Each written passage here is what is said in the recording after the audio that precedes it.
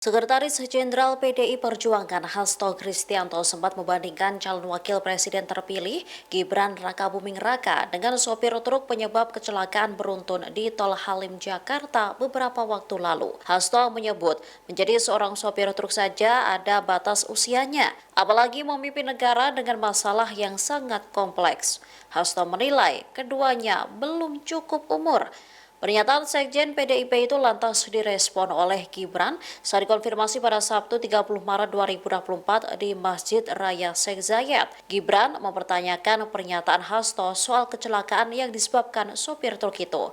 Meski demikian, putra sulung Presiden Joko Widodo ini tak ambil pusing dengan sindiran Hasto. Ia lantas berterima kasih atas masukan yang diberikan.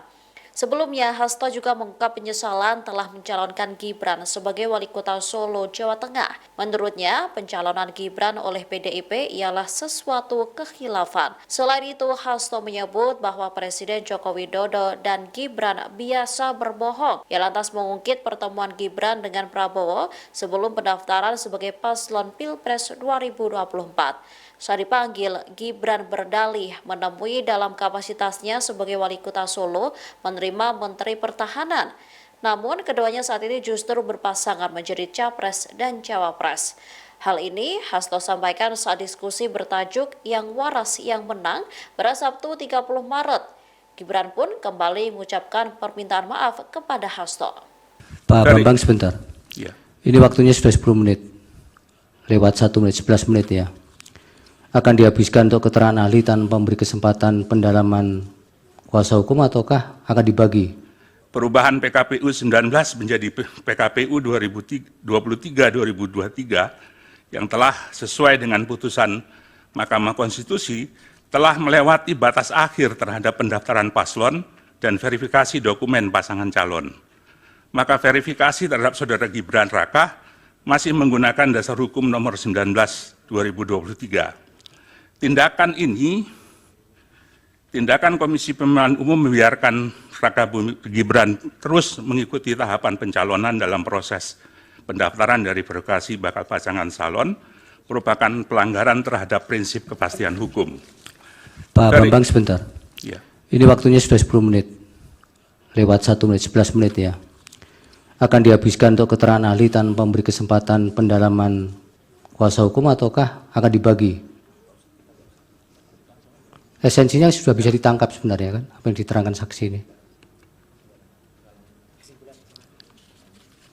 Iya, maksimal 20 menit. Tinggal 9 menit untuk pendalaman kalau. Ya.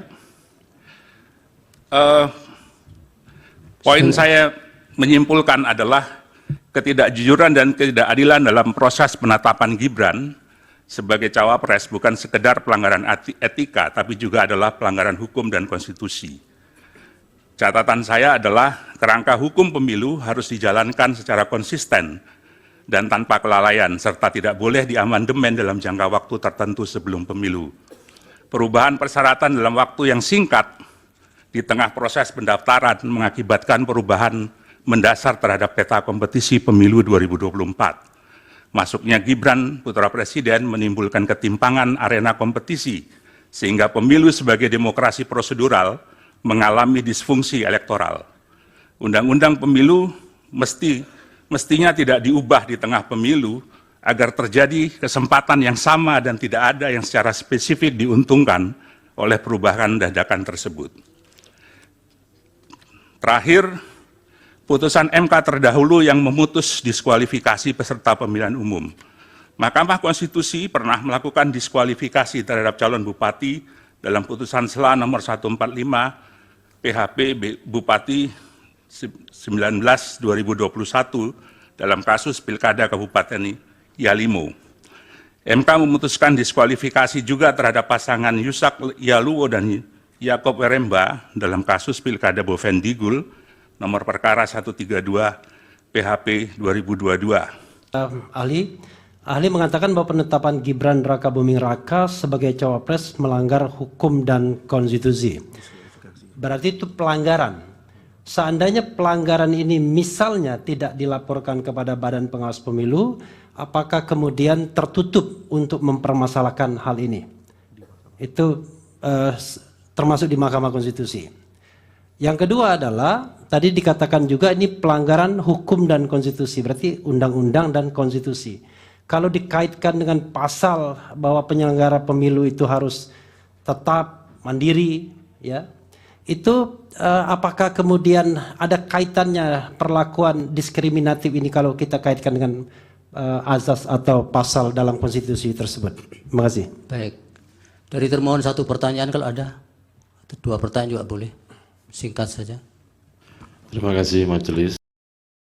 Dengan pelanggaran yang tidak dilaporkan, saya kira mandat dari Undang-Undang Pemilu memberikan tugas kepada Badan Pengawas Pemilihan Umum untuk melakukan pengawasan secara aktif, bahkan kalau perlu Ya proaktif itu kan dan normatifnya preemptif. Pak. Yang ini kan yang lolos dari itu. Justru itu saya harus bertanya yang mulia. Seharusnya Bawaslu tahu bahwa ada persoalan ini dalam proses penetapan pasangan calon, karena dia melakukan pengawasan aktif. Pertanyaannya, apakah Bawaslu mengambil tindakan terhadap pelanggaran ini? Saya tidak tahu, saya tidak punya dokumen tentang itu terhadap ini. Nah, mungkin nanti bisa ditanyakan kepada Ketua Bawaslu. Baik. Apakah ada langkah-langkah Ya. yang dilakukan untuk pelanggaran yang dilakukan oleh KPU tersebut? Terima kasih yang Baik mulia. Pak Bambang. Dari Hakim ada? Berkaitan dengan pelanggaran yang tidak dilaporkan, saya kira mandat dari Undang-Undang Pemilu memberikan tugas kepada Badan Pengawas Pemilihan Umum untuk melakukan pengawasan secara aktif, bahkan kalau perlu Ya proaktif itu kan dan normatifnya preemptif. Pak. Yang ini kan yang lolos dari itu. Justru itu saya harus bertanya yang mulia. Penetapan Gibran melanggar hukum dan konstitusi. Relasinya adalah bahwa pasal 22E itu mengatur asas pemilu langsung, umum, bebas, rahasia, jujur, dan adil. Tindakan yang dilakukan oleh KPU itu mengingkari asas jujur dan adil terhadap proses verifikasi itu. Karena ada kebenaran yang tidak disampaikan dalam proses verifikasi itu, yaitu bahwa peraturan KPU belum dirubah. Sehingga ketika itu dijadikan dasar, maka putusan itu sudah tidak jujur. Tidak sesuai dengan faktanya. Nah, berkaitan dengan pertanyaan syarat calon wakil presiden untuk menentukan usia 40 tahun atau belum, tadi saya sudah menyebut bahwa di peraturan KPU ada dokumen yang harus diserahkan, yaitu KTP elektronik, bakal pasangan calon atau suami istrinya, dan akta kelahiran WNI, bakal pasangan calon atau suami istri bakal pasangan calon. Saya kira itu menjawab kebutuhan terhadap verifikasi dokumen yang diajukan. Kemudian berkaitan dengan sengketa proses dan sengketa hasil, sengketa proses adalah proses yang sengketa yang diajukan dalam proses pemilihan umum. Dan ini kewenangan dari Badan Pengawas Pemilu. Dan sengketa hasil adalah sengketa terhadap hasil pemilihan umum yang menjadi kewenangan dari Mahkamah Konstitusi. Baik, sudah cukup. Ya. Ya, pelanggaran yang tidak dilaporkan tadi belum dijawab. Oh, mohon maaf, kelewatan. Iya. Berkaitan dengan pelanggaran yang tidak dilaporkan, saya kira mandat dari Undang-Undang Pemilu memberikan tugas kepada Badan Pengawas Pemilihan Umum untuk melakukan pengawasan secara aktif, bahkan kalau perlu Ya proaktif itu kan dan normatifnya preemptif. Pak. Yang ini kan yang lolos dari itu. Justru itu saya harus bertanya yang mulia. Seharusnya Bawaslu tahu bahwa ada persoalan ini dalam proses penetapan pasangan calon, karena dia melakukan pengawasan aktif. Pertanyaannya, apakah Bawaslu mengambil tindakan terhadap pelanggaran ini? Saya tidak tahu, saya tidak punya dokumen tentang itu terhadap ini.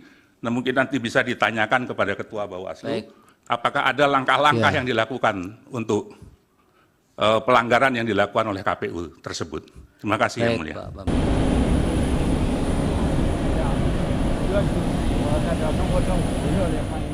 Menteri Pertahanan Prabowo Subianto telah tiba di Beijing, China pada Minggu 31 Maret 2024. Prabowo diagendakan bertemu dengan Presiden China Xi Jinping Senin 1 April 2024 sore nanti. Saat tiba di Bandara China, Prabowo disambut sejumlah pejabat Beijing, mulai dari Wakil Menteri Luar Negeri, Duta Besar China di Jakarta, hingga Brigjen TNI Benny Poltak. Menhan yang juga calon presiden terpilih ini menerima satu buket bunga dari gadis kecil Cina sebagai simbol ucapan selamat datang. Prabowo sempat berinteraksi dengan gadis itu dengan menanyakan siapa namanya. Kepala Biro Humas Sekjen Kementerian Pertahanan, Brigjen TNI Edwin Sumanta menjelaskan soal pertemuan Prabowo dan Xi Jinping. Dikatakannya, Xi Jinping dan Prabowo akan melakukan pertemuan bilateral. Selain itu, bertukar pandangan mengenai isu-isu yang menjadi kepentingan bersama. Sementara pihak Cina meyakini kunjungan Prabowo adalah peluang meningkatkan persahabatan Cina-RI. Prabowo selanjutnya dijadwalkan bertemu Perdana Menteri Cina dan Menteri Pertahanan Cina, Admiral Dong Jun, pada Selasa 2 April besok. Diketahui ini merupakan kunjungan pertama Prabowo ke luar negeri setelah dinyatakan menang pada Pilpres 2024. Ia ditemani putra sematawayangnya, Ragowo Hedi Prasetyo atau Didit. Welcome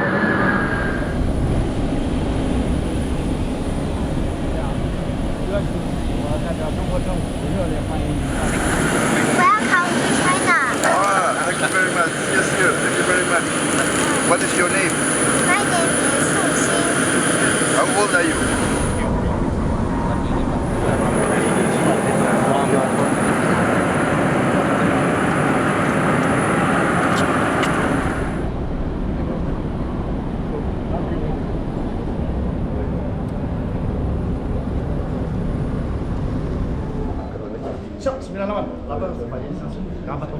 Teman-teman dari Jakarta, ada juga semua. Yang mulia, Iya, kami keberatan karena kuasa hukum mengarahkan ahli untuk menjawab seperti apa yang diinginkan. Iya, Pak. Masalah kenapa DKPP hanya memberikan putusan menegur, karena memang kewenangan DKPP hanya itu, tidak bisa memberikan sanksi yang lain. Ya. Maksudnya? Pakai mic Pak Bambang nanti. Jangan maaf, ada dusta tadi- di antara kita ya. Ya, harus ya. Ya. Semua harus Tapi benar. memang ini lebih kepada Bawaslu membuat putusan yang kebermanfaatannya itu.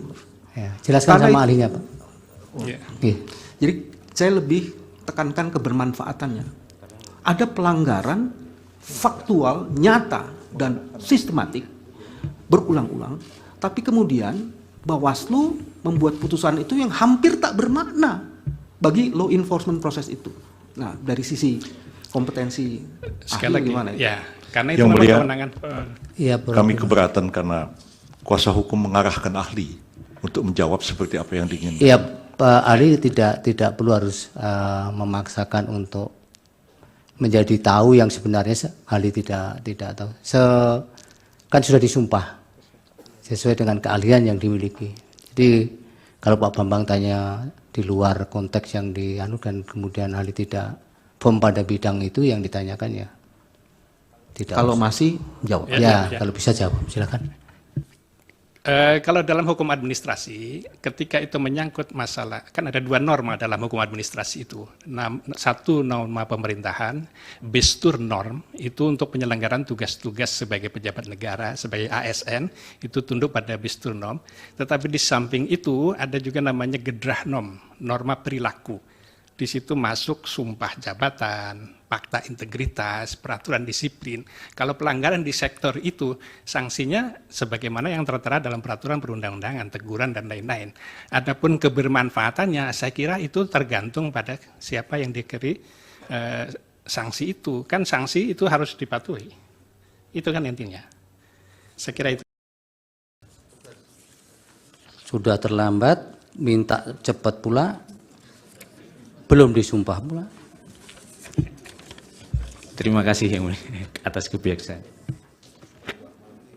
Pak Heru, berikutnya siapa? Yang Mulia, mohon izin. Sebelum melanjutkan ke ahli berikutnya, ada permintaan dari saksi satu orang karena akan menguji di Universitas Sriwijaya pukul 15. Mohon satu didahulukan jika diperkenankan Yang Mulia. Satu orang. Silahkan. Iya, terima kasih Yang Mulia. Saudara Arif Patramwijaya minta izin di.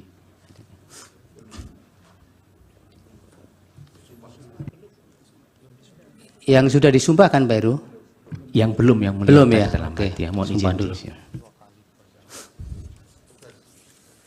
Sudah terlambat, minta cepat pula, belum disumpah pula. Terima kasih Yang Mulia atas kebijaksanaan.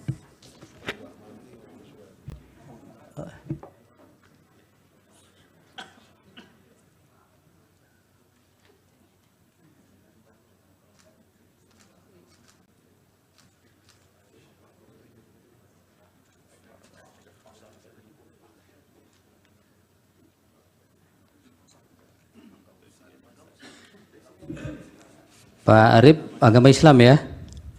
Patrajen ya panggilannya. Formalnya kok Arif Patramwijaya.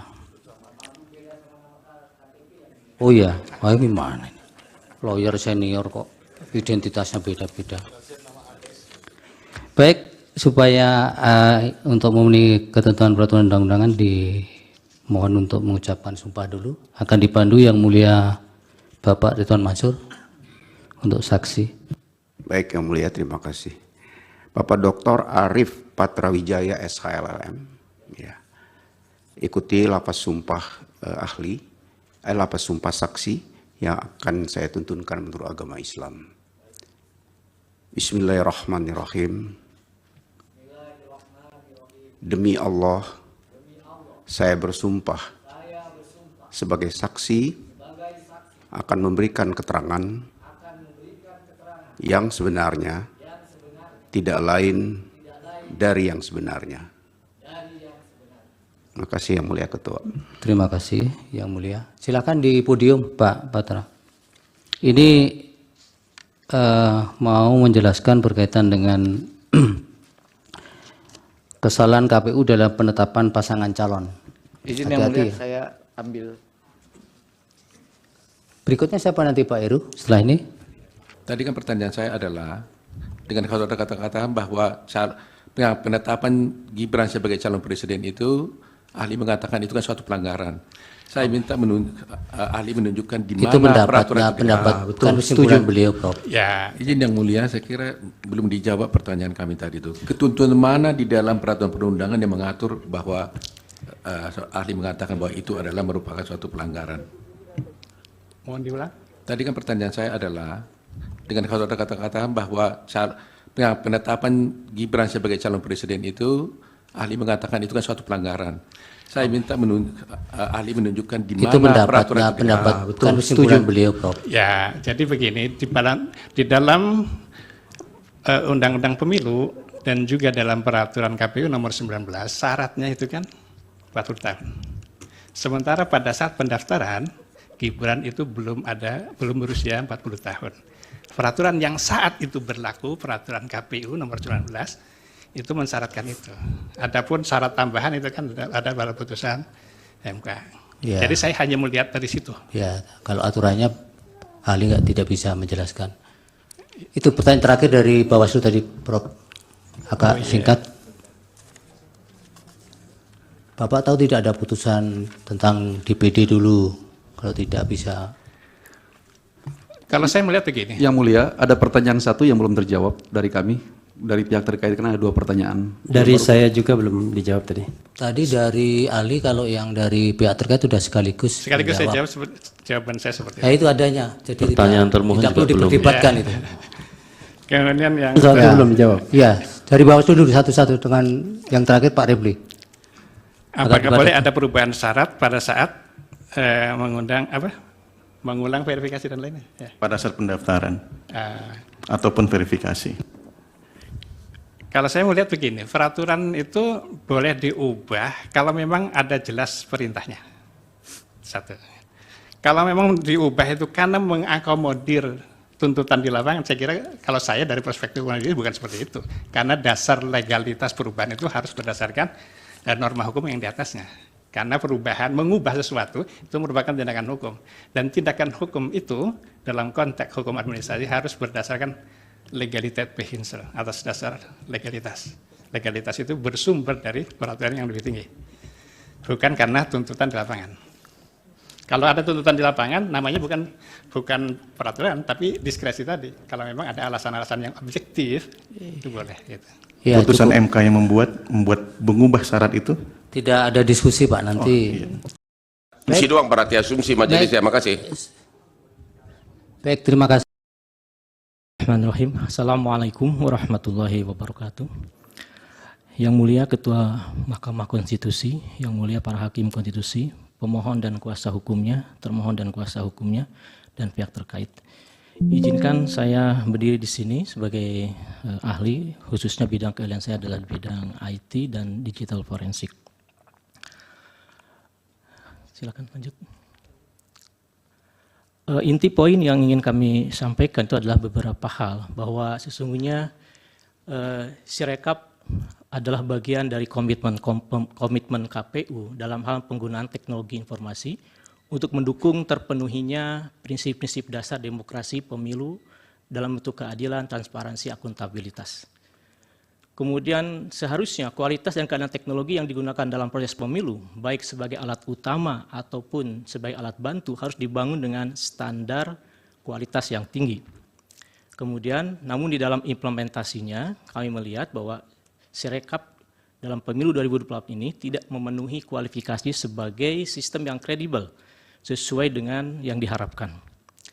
Implementasi Sirekap di lapangan memuat banyak keganjilan yang mengarah kepada terfasilitasinya kecurangan dalam pemilu. Dalam hal ini KPU sudah lama menerapkan digitalisasi berbasis teknologi informasi dalam beberapa siklus pemilu sebelumnya.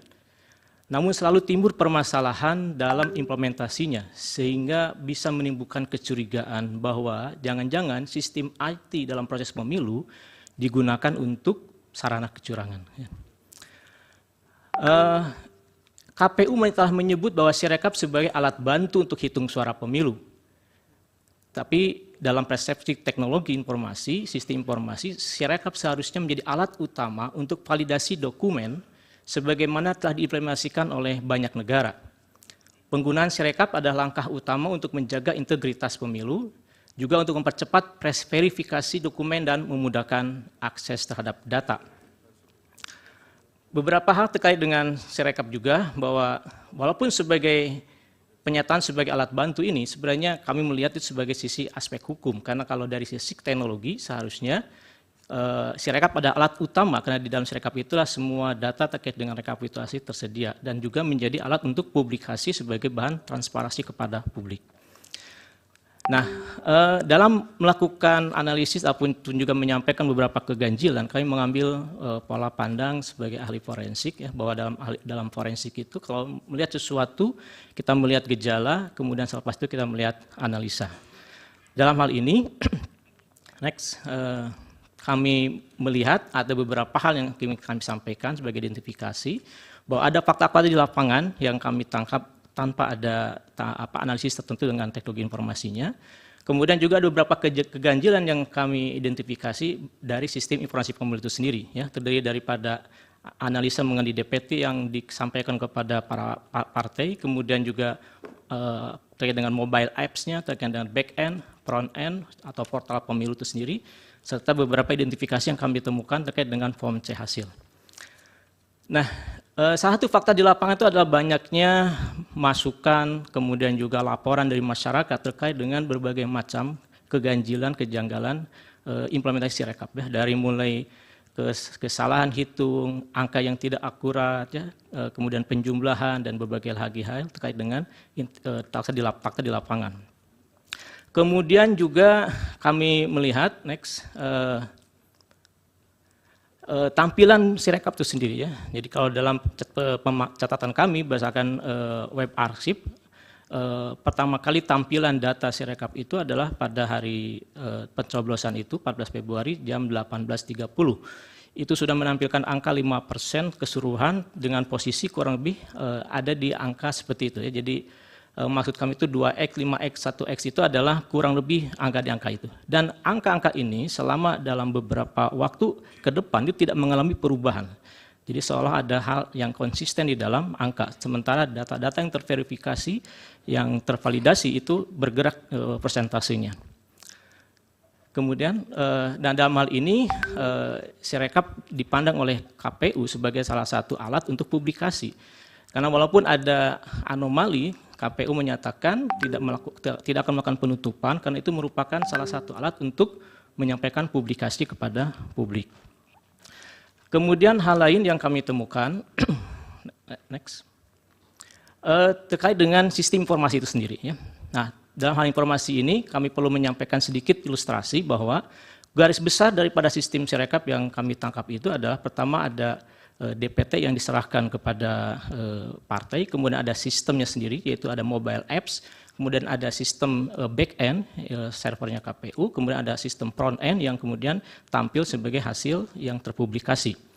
Nah, dari poin-poin ini ada beberapa hal yang kami tangkap sebagai keganjilan. Yang pertama itu adalah dari DPT yang diserahkan kepada partai itu kami melakukan proses filtering dengan data basis terkait dengan beberapa hal yang seharusnya tidak muncul ya, misalnya usia yang di bawah 17, di atas 100, kemudian data berkaitan dengan lokasi ya.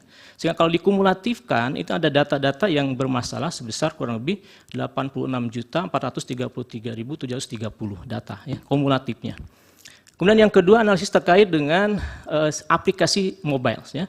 KPU sudah meluncing aplikasi mobile ini beberapa tahap ya, dan kami mencoba untuk melakukan reverse engineering terhadapnya. Ada beberapa catatan di sini bahwa sebelum dilakukan launching secara publik itu telah melakukan proses disebut dengan staging, yaitu proses untuk melakukan simulasi, kemudian juga mungkin uji coba ya. Nah, dalam proses staging dari pengamatan yang kami dapat itu tidak ada permasalahan. Tetapi kemudian ketika dilakukan proses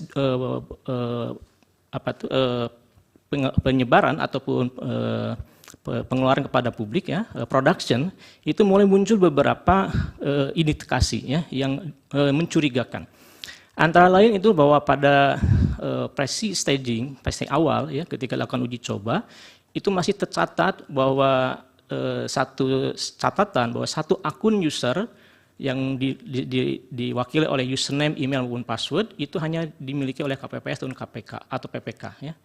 Tetapi pada versi berikutnya yang sudah di launching pada tanggal 10 Februari itu muncul tambahan-tambahan kode. Nah, tambahan-tambahan kode ini ternyata setelah kita analisis itu memungkinkan satu device bisa multi-user, ya, kemudian multi-wilayah, yang jauh berbeda dengan proses staging. Nah, ini memungkinkan satu orang bisa login di beberapa device. Ya. Di sisi lain juga di versi yang terdeploy ataupun terproduction pada tanggal versi 241 itu ada temuan mengenai bypass security. Ya.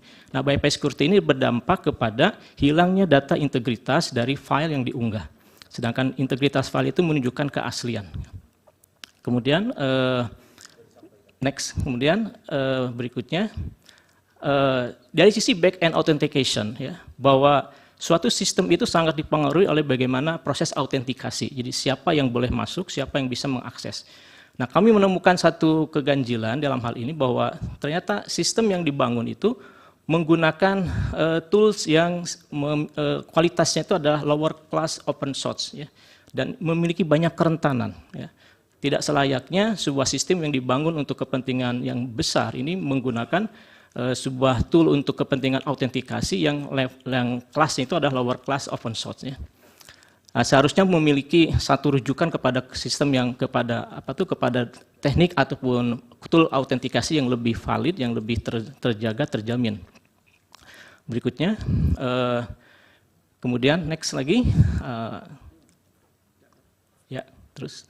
Nah, kemudian dari catatan ini sekiranya ada, jadi harusnya salah satu acuan itu ada kepada data dari Gartner, ya, data yang sudah menjadi rujukan dari semua pengembang sistem informasi mengenai autentikasi ini. Ya. Berikutnya kemudian salah satunya itu adalah kerentanan. Ya. Jadi kami melihat bahwa sistem autentikasi dari Sirekap ini memiliki kerentanan, terbukti dari bahwa aplikasi yang digunakan yaitu Keylog itu ternyata memiliki CVE. CVE itu adalah sebuah modul kerentanan yang terpublikasi yang harus segera ditutup ya, tapi masih digunakan gitu ya. Berikutnya, nah di sisi lain terakhir kita mencoba untuk melihat data-data keganjilan dari sisi web yang terpublikasi dengan menggunakan teknik web scraping. Ya. Nah dalam web scraping ini beberapa hal yang bisa kami sampaikan sebagai keganjilan itu dari mulai dari mulai misalkan saja jumlah DPT, kemudian jumlah suara yang melebihi seharusnya, kemudian juga suara sah yang melebihi seharusnya. Ini beberapa catatan-catatan dari hasil web scraping ya. Jadi selisih suara yang tidak sama, kemudian penjumlahan yang tidak sama itu yang kami dapatkan dari proses web scraping. Berikutnya. Kemudian pada tanggal 27 Februari itu KPU menyatakan bahwa mereka melakukan koreksi terhadap 154.000 data TPS ya. Tetapi yang agak mencurigakan ataupun ada keganjilan itu adalah proses koreksi itu tidak berdampak pada angka persentase gitu. Seharusnya dengan sekian banyak koreksi itu setidaknya ada fluktuatif data yang nampak juga dari publikasinya. Kemudian next lagi. Dan salah satu yang terakhir yang kami identifikasi sebagai ganjalan itu adalah ketika kami mencoba untuk melihat data yang kami download yaitu C1 hasil dan dari proses identifikasi mengenai data tersebut, salah satunya yang mencurigakan kami itu adalah terkait dengan ada nama yang sama ternyata tanda tangannya berbeda. Ya, itu bisa terlihat dari ketika kita mendownload data C1 hasil tersebut, kita kemudian verifikasi nilainya ataupun tanda tangannya. Kemudian dari proses tersebut maka keseluruhan temuan ini menegaskan bahwa Sirekap tidak memenuhi standar testing dan validasi yang diperlukan untuk sistem rekapitulasi dan publikasi hasil penghitungan pemilu yang dapat diandalkan. Nah, kondisi ini dibuktikan dengan banyaknya kelemahan dalam keamanan, integritas, dan kehandalan sistem yang berdampak pada terfasilitasinya kecurangan dan akan mengganggu integritas proses pemilu secara keseluruhan. Saya kira itu yang mulia sebagai gambaran mengenai paparan kami mengenai beberapa isu mengenai keganjilan yang dapat kami tangkap dari implementasi Sirekap. Terima kasih. Pak Yudi, dari kuasa hukum ada yang mulia. Terima kasih. Soal Sirekap ini kadang-kadang sering dikecilkan sebagai hanya alat bantu. Tetapi kita tahu bahwa KPU tidak mau digital forensik dan kemudian mengeluarkan peraturan KPU yang mengecualikan Sirekap ini sebagai informasi yang dikecualikan. Ini fakta yang menarik. Kemudian dari diskusi Sirekap dan juga pemaparan ahli, kita tahu bahwa banyak sekali masalah dengan Sirekap ini. Ada temuan misalnya 154.541 perbedaan. Waktu pemindaian misalnya. Saya mendengar tidak hanya 154.000 sekian itu, karena memang Sirekapnya akhirnya ditutup. Ada yang mengatakan sampai 400.000 kali dan lain sebagainya untuk menggambarkan kacaunya Sirekap. Tapi persoalannya adalah, yang surprise itu adalah, kenapa Sirekap yang kacau itu tiba-tiba confirm sama hasilnya dengan hitung jenjang manual. Sama-sama 58%. Hasil audit saudara kan untuk dipakai sebagai alat bukti yang sah di pengadilan. Dan Anda tadi mengatakan memang persyaratan formal untuk itu belum dipenuhi, yaitu ada request dan pemilik account harus ngaji secara sukarela. Tolong dikonfirmasi bahwa memang secara formal persyaratan hasil audit saudara itu bukan untuk secara resmi, belum memenuhi syarat untuk dijadikan sebagai bukti resmi di pengadilan, tapi hanya sepihak dari Anda sendiri. Saya coba mengklarifikasi yang mulia bahwa saya katakan saya tidak melakukan digital forensik atau audit forensik. Yang saya ambil itu adalah pola pikir seorang digital forensik di dalam melihat keganjilan-keganjilan itu. Jadi menangkap data, menganalisis gitu ya. Seperti itu yang mulia. Bukan audit ya? Ya, bukan. Asumsi doang berarti asumsi majelis ya, makasih. Baik, terima kasih. Download Tribun X sekarang. Menghadirkan lokal menjadi Indonesia.